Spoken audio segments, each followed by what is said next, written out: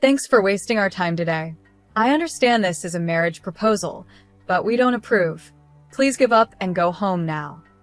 That's what his mom said to me when we went to his family's house to announce our engagement. She gave me a cold glare and spoke down to me like I didn't belong.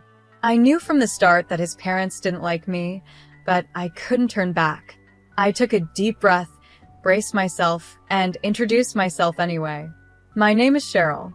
I'm 29 years old, and I work in the general affairs department of a manufacturing company. I've been dating my boyfriend, James, since last year. He's 4 years older than me, and we work in the same department. James has a gentle look, and his kindness shows whenever he smiles. That's what made me fall in love with him. We both live on our own, so we often spend time at each other's places and enjoy weekends together. We've built a happy relationship. My parents live nearby, so I take James to their house often. They really like him, and whenever he visits, they go all out with meals. James and my dad get along great, and I thought everything would go smoothly when we got married. But James had always hesitated to introduce me to his parents. When I asked him why, he looked uncomfortable. Could you wait a little longer? My parents aren't like yours. I wish I had grown up with parents like yours, he said with a sad expression. I wondered if he had issues with his family, but I decided to give him time. I wasn't in a hurry to get married, so I figured it would be better for him to open up when he was ready. But things don't always go as planned. One holiday, James and I were on our way to our favorite restaurant when something unexpected happened. As the staff showed us to our table, James suddenly seemed nervous and fidgety. What's wrong? I asked, noticing how tense he was. He looked away, unsure how to explain, clearly struggling to find the words. I felt nervous at that moment, wondering if I had done something wrong. Just then, a woman in her 53s came over to our table and spoke to James cheerfully. "Oh, James, I haven't heard from you in a while. I was wondering what you were up to," she said. She then turned to look at me, her eyes narrowing as if she was judging me. She had downturned eyes that made it seem like she was glaring. Her hair was neatly tied back, which made her sharp eyes stand out even more. As I gave her a confused look, she let out a little laugh, but it wasn't friendly. "Are you really spending time with someone like her, James? You're such a good kid. If you don't like it, you need to tell her. Otherwise, girls like her won't get the message," she said. James's face tightened in anger. He glared at the woman and firmly said, "I won't allow you to insult her." But the woman gave me a cold look and said, "It's a shame my son has been tricked by a girl like you. Leave him alone right now." After that, she went to the cashier, paid her bill, and left the diner. "What just happened?" I asked, still in shock. James replied in a low voice, "That was my mother. A few years ago, because of her, I had to end a relationship with someone I was thinking of marrying.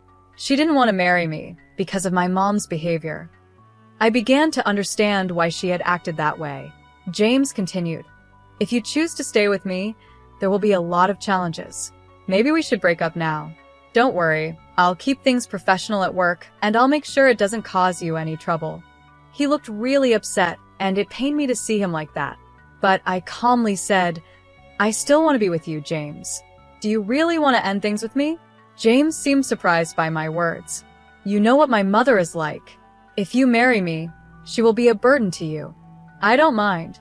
I think that's part of marriage, and we don't have to live with her, right?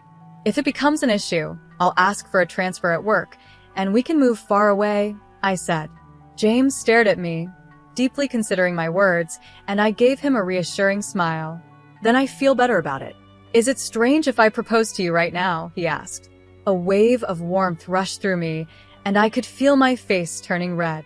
"Are you serious?" I asked, feeling a bit embarrassed. "Yes, of course. I want to spend my life with you," I said, my cheeks growing hotter. "I feel a bit like you've beat me to it, but I'm really happy. I want to be with you forever," James said with a smile, and I finally felt relieved. After that, we decided to tell my parents about our engagement. They were thrilled and asked how we decided to get married. I knew we'd have to mention James's mom at some point, but we tried to avoid the topic by pretending to be shy. However, my mother wouldn't let it go. "So, have you already met James's parents? Or is that still in the works? She asked. James and I were caught off guard. No, I don't plan to tell my parents about the wedding, James said, causing my mom to gasp in surprise. Why not? She asked, shocked. Because I know they won't approve of our marriage, James explained. At that point, my father gave us a serious look. That's not acceptable. Marriage is the joining of two families. Your mother would be heartbroken if she found out you got married without her knowing. You both should at least meet with them once. If they still refuse, come talk to us and we'll support you. My dad's words were strong and comforting, but James still looked worried. I'm fine, I said with a smile, hoping to put him at ease. I thought that if we couldn't get past this challenge, we wouldn't be able to find real happiness together. Later, James told his parents that I would be coming to introduce myself. They didn't seem excited, but he was able to set up the meeting anyway. James's father was a CEO, and they lived in a big house with a large yard. When I stepped in, a big dog started barking. James smiled and petted the dog's chin, calming him down, and then the dog let me pet him too. While we were playing with the dog, the front door opened and his parents came out. His mother had a sharp look that made her seem intimidating, and his father looked just as stern as he stared down at me. Don't touch our dog, you're disgusting, were the first words his father said to me. Without even a hello, he started scolding me right away, and I felt really uncomfortable. How dare you talk to her like that? If you keep acting like this, I won't hesitate to cut ties with you, James said firmly. His parents gave me angry looks but didn't say anything else unpleasant after that. They invited us into the house. As we walked in, I found it a little strange. Looking at James's face, you'd think he's a kind person because of his gentle eyes, but he didn't look anything like his father. His mother had upturned eyes, but he didn't take after her either. Sometimes traits skip a generation, or kids don't look like their parents at all, so I decided not to think too much about it. Once inside, as I was looking around, a middle-aged man in a suit appeared. Mr. Eric. Welcome home, young master, he said, bowing to greet James. He had a kind smile that was contagious, and I couldn't help but smile back. It's been a while, Mr. Eric, James said. You've grown up so much, young master, Mr. Eric replied, smiling warmly at James. It was the first time I saw James truly smile since we arrived. Then James introduced me to him. This is Mr. Eric, my father's right-hand man. Honestly, he's more like a father to me than my real dad. My father never paid much attention to me, so Mr. Eric was the one who took care of me. You're the boss's son. I was just doing my job, Mr. Eric said modestly. But you've always had a soft spot for me, haven't you? James added with a smile. I like you more than my father. James joked with a chuckle, his laugh making me smile for the first time in what felt like forever. As we were talking, his mother suddenly stormed in from the back of the house. Cheryl, what do you think you're doing? Get over here now, she yelled angrily. She shot a harsh look at Mr. Eric. What are you doing here, slacking off?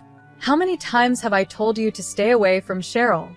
I'll make sure my husband knows about this. Now, get back to work. Mr. Eric nodded and replied, I understand. I'll do as you say. He then left the room. I couldn't help but wonder if being the CEO's secretary meant you had to deal with orders from the wife at home, too. James glared at his mother and spoke up. Why do you always treat Mr. Eric so poorly? How can you be so rude to someone who's worked so hard for Dad? Quiet. You should just listen to your parents. I'll handle that man. Now, both of you, come over here. We followed her to the living room, where James and I sat on the sofa across from his parents. His mother was the first to speak. Thanks for wasting our time today. I understand you're here to get our blessing, but we don't approve of this marriage. Just give up and go home, she said coldly. I was ready for the rude comments, so they didn't bother me as much as they could have. I calmly responded, No, thank you for making time to meet with us. James and I love each other, and it's natural for two people in love to get married, don't you think, father, mother? I smiled politely, but my mother-in-law let out an exaggerated sigh. You really don't understand marriage, do you? She said with a mocking tone. Since our last meeting, I've looked into you. You're a very average woman graduated from an ordinary school, working at a small company. Despite having no real skills, you've managed to trap my James, haven't you? Do you really think someone like you is a good match for our family? In marriage, what matters is a good match. Mom, James interrupted. Cheryl and I work at the same company, doing the same job. If you think she's not good enough, then neither am I. We are a perfect match. You're different, James, his mother snapped back. There must be a reason you chose that company, but this woman didn't have any other choice. And, she added with a smirk, turning her sharp gaze toward me, it seems like you come from a poor family. After our money, are you? My blood boiled at my mother-in-law's comments. I had promised myself I wouldn't let anything she said get to me, but when she insulted my parents, I couldn't hold back. I snapped, don't assume we're poor. Oh, what's wrong with telling the truth? She sneered. You live in an old, rundown house that's over 53 years old and drive a car from a decade ago. Did I strike a nerve? I'm just saying what's obvious. This is why I can't stand poor people. My family home was built by my great-grandfather, a carpenter. It's special to us. And as for the car, we like it and take good care of it. That doesn't make us poor. You did your research, right? So, you must know what my parents do for a living. I responded, trying to stay calm. Yes, I know. Your father is a university professor, and your mother is a high school teacher. They have respectable jobs, but there's still a big difference between our families, she replied. James is going to take over his father's business one day. Don't think for a second that the daughter of mere educators is good enough to marry my son. She laughed loudly, clearly enjoying herself. Just then, James stood up. His face, normally gentle, had turned into something I had never seen before, cold and furious. This is pointless. I'm cutting ties with you. I can't forgive you for insulting someone I care about. Cheryl, let's go. There's no reason to stay here anymore, he said, grabbing my hand as we left the house. I'm sorry, he said quietly as we walked away. I'll explain everything to your parents. Please don't say you won't marry me. I nodded, unable to speak. We went straight to my parents' house and told them what had happened. James had anticipated something like this might happen, so he had brought a voice recorder. Everything his mother said was recorded. After listening, my parents thought for a moment and then spoke. Yes, the way his mother talked was awful, but you two are giving up too easily. We'll help you come up with a plan. So keep preparing for the wedding, my father said. If you've both decided to marry, you don't need their approval. But it would still be better if you could get James's parents' blessing, my mother added calmly. Hearing their words gave us hope, and we nodded in agreement. We decided to leave the situation with James's parents to my family and focus on planning our future together. 2 months later, my parents called us and James and I visited my family home. When we arrived, we saw James's parents and Mr. Eric sitting around a small table. As we joined them, the room felt a bit crowded. I thought James's parents might make rude comments again, but they stayed quiet. My father was the one who filled us in on what had been discussed while we were away. James's parents looked into our family, so we decided to do some investigating as well. My father began. His parents married 32 years ago after his mother became pregnant. At that time, his father had just started his company. Mr. Eric, who was an ordinary employee back then, supported his father with dedication. As my father continued, James interrupted. That's all well known in our family.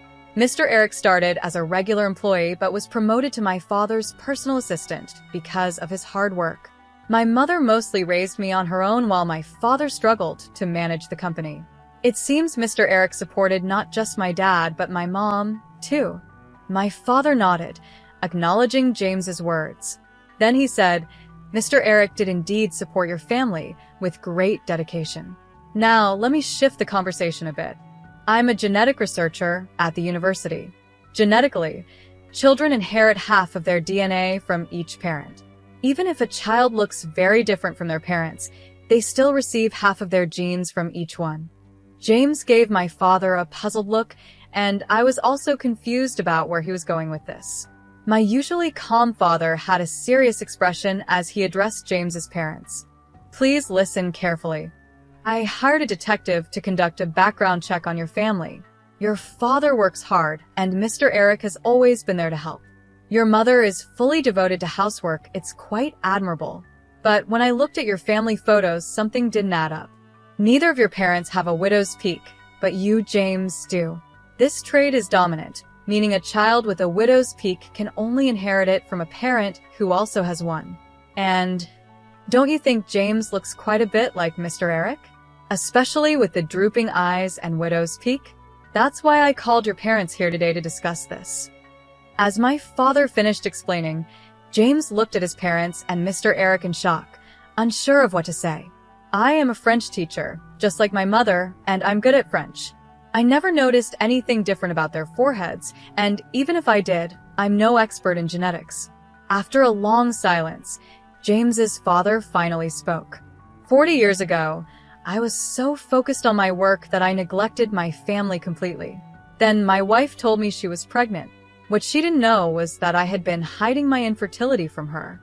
When I found out about her affair, I was furious, and she was just as angry at me for keeping my infertility a secret. After a huge argument, I told her that if I raised her child as my own, I would forgive her. In return, she promised to forgive me for hiding the truth. I made Mr. Eric my personal assistant to keep him close, hoping to stop any further affair between them. After spilling everything, James's father sat there, looking empty, as if all the life had drained from him. Meanwhile, James's mother started to cry. I loved Mr. Eric. I wanted to raise James with him, she sobbed. James is a precious child I had with the man I truly loved. I can't let him marry someone I don't even know. I absolutely won't allow this marriage. As she wiped her tears and glared at me, James gave her a cold, disgusted look. I've always known, Dad, that you never truly loved me, and I've felt Mom's strange obsession with me for years. I even wish sometimes that Mr. Eric was my real father. But now, hearing all of this, you three are disgusting. Mom, I don't want to see you as my parents anymore. Even if Mr. Eric is my biological father, I won't acknowledge him either. I won't forgive any of you.